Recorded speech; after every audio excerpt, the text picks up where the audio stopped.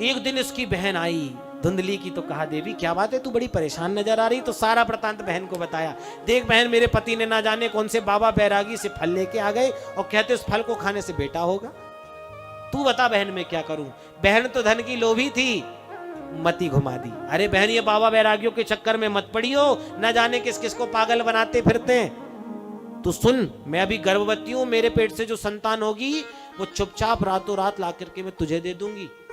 और रही बात मेरे पतिदेव की, तो थोड़ा बहुत धन दे देना तो मैं अपने पतिदेव का मुंह बंद करवा दूंगा।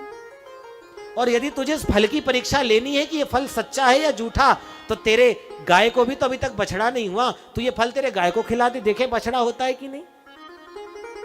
धुंधली बोली, अरे बहन हो तो तेरी जैसी, तूने 2 मिनट में मेरी पूरी शंका का ही समाधान कर दिया बहन। ऐसे ही करूंगी। जाकर के तुरंत उस फल को गाय को खिला दिया और इधर पेट में कपड़ा बांध बांध करके पंडित जी को झूठ बताने लगी, महाराज मुझे बड़ा फायदा हो रहा है, मुझे बड़ा फायदा।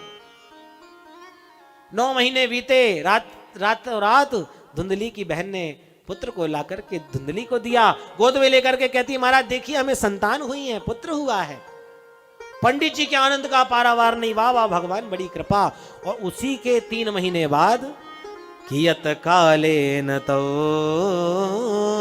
जात तरुणो तनया गोकर्णः पंडितो ज्ञानी धुंधुकारी महाखलः। उसी के 3 महीने बाद जिस गाय को फल खिलाया था, उस गाय से भी एक बछड़े का जन्म हो गया। पर उसका सारा शरीर तो मानवों जैसा और कान बछड़े जैसे। पंडित जी के आनंद का पारावार नहीं। अरे कहां तो एक संतान नहीं थी, आज 2-2 संतान हो गई। गाय ने भी मानव पुत्र को जन्म दिया है। पंडित जी बड़े आनंद से खुशी मनाते हुए आनंद से रहने लगे। लोग आकर के पंडित जी को बधाई दे रहे हैं। भाग्योदयो धुना जाता आत्मदेवस्य पश्यत धेन्वामालः प्रसूतस्तो देवरूपीति कौतुकम्। विधाता का कौतुक देखो, जो गाय ने मानव पुत्र को जन्म दिया है। धन्य भाग हो गए हमारे पंडित जी के। आज पंडित जी इतने प्रसन्न हैं, दोनों पुत्रों का नामकरण संस्कार कर रहे हैं। गाय ने मानव पुत्र को जन्म दिया, उसका नामकरण कर रहे हैं। इसका नामकरण करता हूं गौकर्ण। इसके कान गौ के समान हैं, इसलिए इसका नाम करता हूं गौकर्ण। गौ नाम इंद्री, कर्ण माने समूह। जिसके कानों में बहुत सारी इंद्रियों का समूह, उसे ही तो गौकर्ण कहते हैं। और अपने छोटे वाले पुत्र का नाम रख ही रहे थे कि धुंधली देवी खड़ी होगी, सुनो जी 9 महीने मैंने अपने पेट में इतनी मेहनत से पाला, तो नाम तो मैं ही रखूंगी। अच्छा जैसी थारी मर्जी देवी, रख लो नाम। क्या रख रही हो? बोले मेरे पुत्र का नाम, मेरा नाम धुंधली, तो मेरे पुत्र का नाम धुंधकारी होना चाहिए। धुंधकारी नाम रख दिया। और यथा नाम तथा गुणः, भविष्य में कियत कालेन तो जात तरुणो तनया गोकर्णः पंडितो ज्ञानी धुंधुकारी महाखलः। गोकर्ण जी महाराज तो विशेष पंडित ज्ञानी हुए, पंडित हुए। पंडित किसे कहते हैं? बोले सत असत विवेचनी बुद्धि पंडा सस्य संजासा सपंडिता। जिससे सत असत का विवेक हो से पंडित कहते हैं। हमारी दृष्टि में पंडित का मतलब जो पूजा पाठ कराने वाला पुरोहित हो, उसे पंडित जी कहने लग जाते हैं। पर पंडित का मतलब पूजा कराने वाला नहीं होता। पंडित का मतलब होता है जो किसी भी वस्तु में, किसी भी विषय में एक्सपर्ट हो, उसे पंडित कहते हैं। हमारे जो क्रिकेटर्स होते हैं उन्हें भी पंडित ऑफ क्रिकेटर्स कहा जाता है। जो किसी भी एक विषय में पारंगत हो उसे पंडित कहते हैं। पूजा पाठ कराने वाले को पंडित नहीं, पुरोहित कहा जाता है। तो गोकर्ण जी महाराज तो महान पंडित हुए। और धुंधकारी खल शब्द का प्रयोग किया। खल शब्द में 2 ही शब्द हैं, खा और ला। खल शब्द का मतलब खाए और लड़े। बोलो राधे राधे।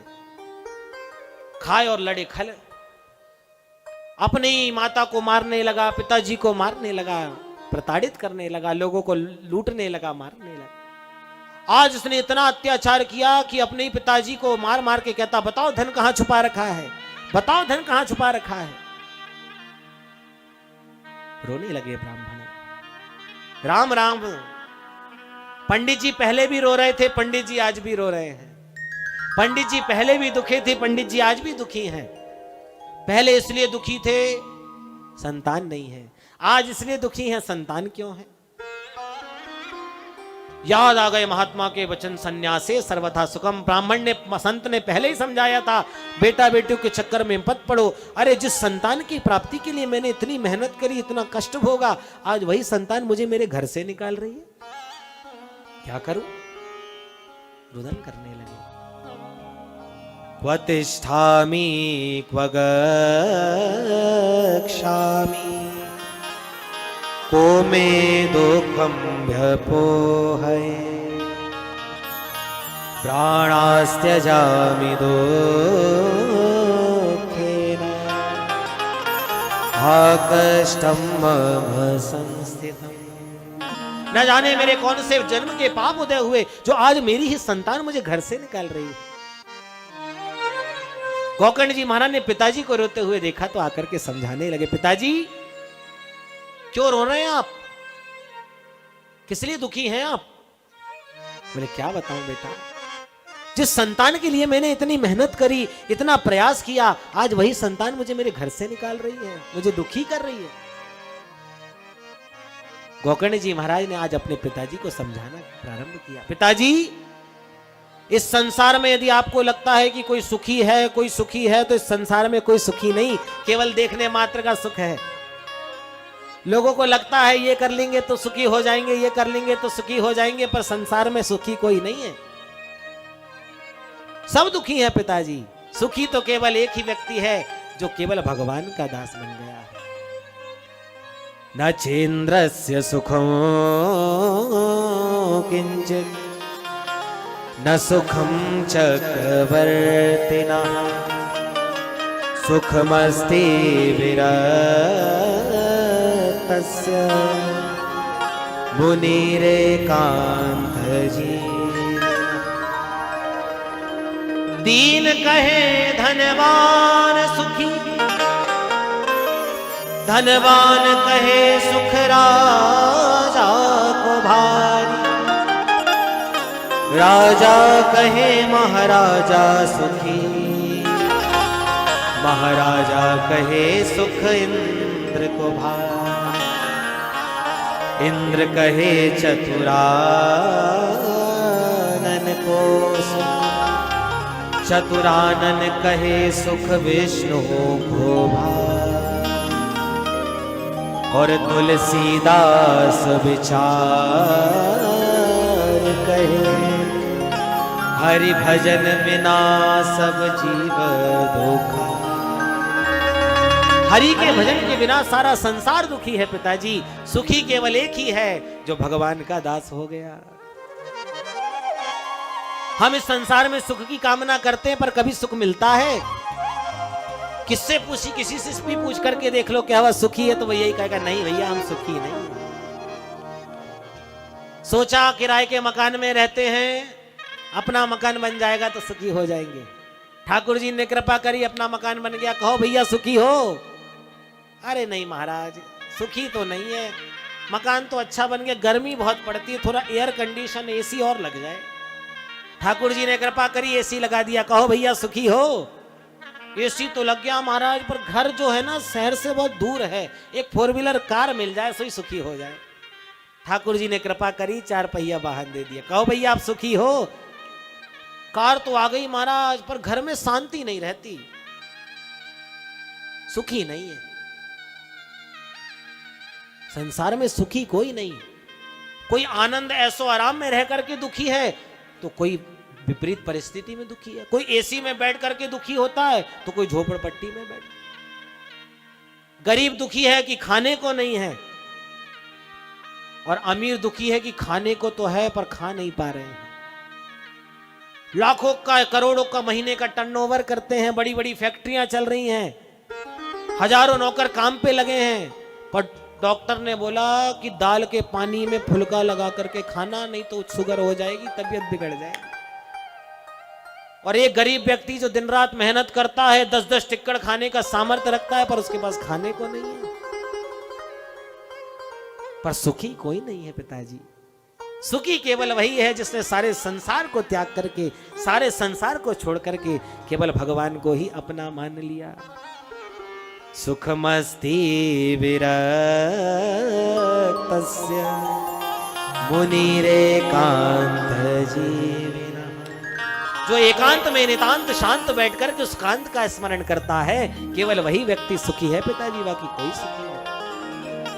और गोकर्ण जी महाराज ने बड़ा ही सुंदर उपदेश अपने पिताजी को इस 2 श्लोकों पर दिया।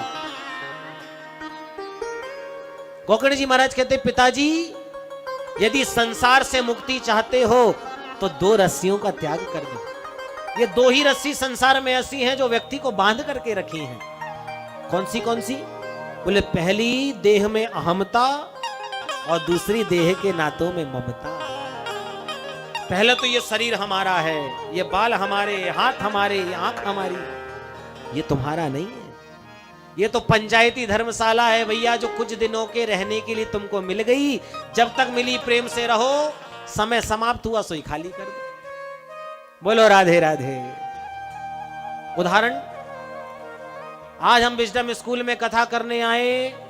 शर्मा परिवार ने हमको निमंत्रण दिया, महाराज जी 7 दिन आपको यहां बैठ के कथा सुननी है और सुनानी है।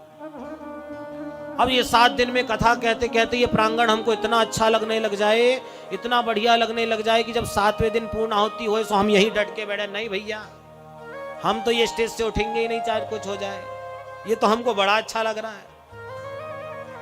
तो फिर सर हमारे कहेंगे, महाराज जी 7 दिन का टाइम दिया था तो 7 दिन खूब प्रेम से कथा भी कर ली और बैठ भी गए, अब चलो खाली करो, स्कूल चालू करना है। बोलो राधे राधे। क्योंकि एक समय तक मिला था रहने के लिए, समय समाप्त हुआ सोई भैया स्कूल खाली कर। इसी प्रकार इस संसार में हम घूमते घूमते इस मानव शरीर हमें प्राप्त हुआ, तो ये पंचायती धर्मशाला किराए का मकान कुछ समय तक हमें रहने के लिए मिल गया। तो जब तक मिला तब तक तो प्रेम से रहो, पर जहां लगे कि समय आ गया, किराया खत्म हो गया, सुकाया कुटी खाली करना पड़ेगा। फिर समय आने पे से खाली कर दो। पर हम करते क्या हैं कि संसार के शरीर में रहते रहते इसको इतना अपना मान बैठते हैं कि जब खाली करने की बारी आती है तो हम कहते नहीं है हमारा है, नहीं है हमारा है। तो फिर वो फिर यमराज आते हैं और जबरदस्ती खाली कर, मार मार के खाली कराते, तब खाली करना पड़ता है। क्योंकि ये शरीर जो है ये पंचायती धर्मशाला, ये 5 लोगों ने मिलकर के अपना अंशदान करके पंचायती धर्मशाला का निर्माण किया।